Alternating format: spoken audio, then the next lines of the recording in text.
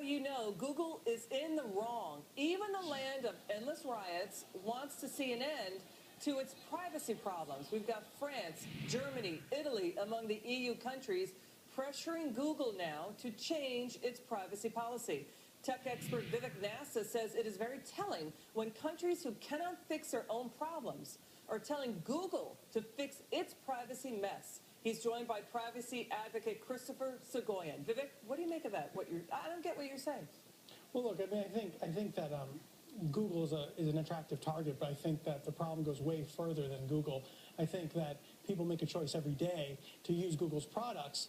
There are trade-offs with that choice. Oh, wait a second. So, Chris, what we're talking about is, and you know what, the viewer doesn't like this. They don't like that their emails, their passwords, their addresses, their photos, their information has been picked up.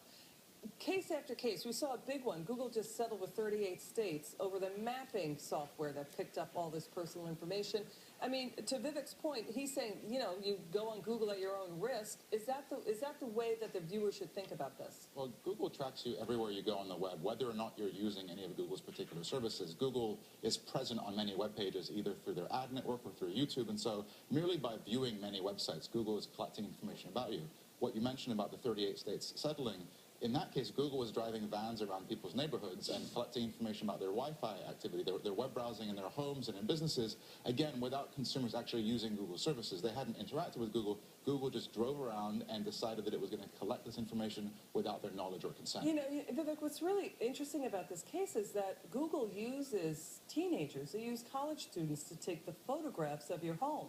I mean, isn't that kind of like, ooh, I'm not very comfortable with that. Well, look, I mean, I think we don't complain when we're lost in, you know, upstate and trying to find directions to a certain location. We see the picture of the building that we're trying to go to. It takes an army of people to kind of take these pictures, and I think that, you know, like with any technology, you can use it for bad or you can use it for utility. But the point is, do you think Google should be using your personal information as a gold mine so they could profit off of it? I think that there should be limits, okay. But I also think that if they're going to do that, and I'm going to be able to do Gmail for free and surf on YouTube and get good search results when I need data that I could never get. So you're okay with going on Google and having, say, your kids' photographs put up on the internet or being used or shopped around or sold? I don't think they're selling my kids' photographs. They could, though. That's the issue. Yeah, they could, but I don't think they do. And I think at some point you have to have a level of trust that the company that wants to retain you as a customer isn't going to do something so stupid that you'll never come back. If they were to ever do that, I'd leave, and so would 30% of their market share. Interesting. And so, you know, those are the questions, though, that are out there, right? I mean, about Google, about what exactly are they doing with the information. Right. And I'll tell you something, Chris, you know, listen, the engineer rigging that's going on with DataMap is a big deal, but the fines involved are so small. When Google gets smacked around, it's equal to like 1 hour of profits in terms of the dollar fines that they have to pay up to the United States, right? So Google was fined $22 million for violating a consent order with the Federal Trade Commission, and I used to work there. The problem is that we don't have a set of effective privacy laws in the U.S. that govern these activities. The FTC was able to fine Google for essentially lying about the extent to which consumers could not be tracked. They were also fined by the FCC, I think a small trifling sum like $30,000 for delaying and obstructing that investigation. We do not have effective privacy laws in the United States, and the Europeans do.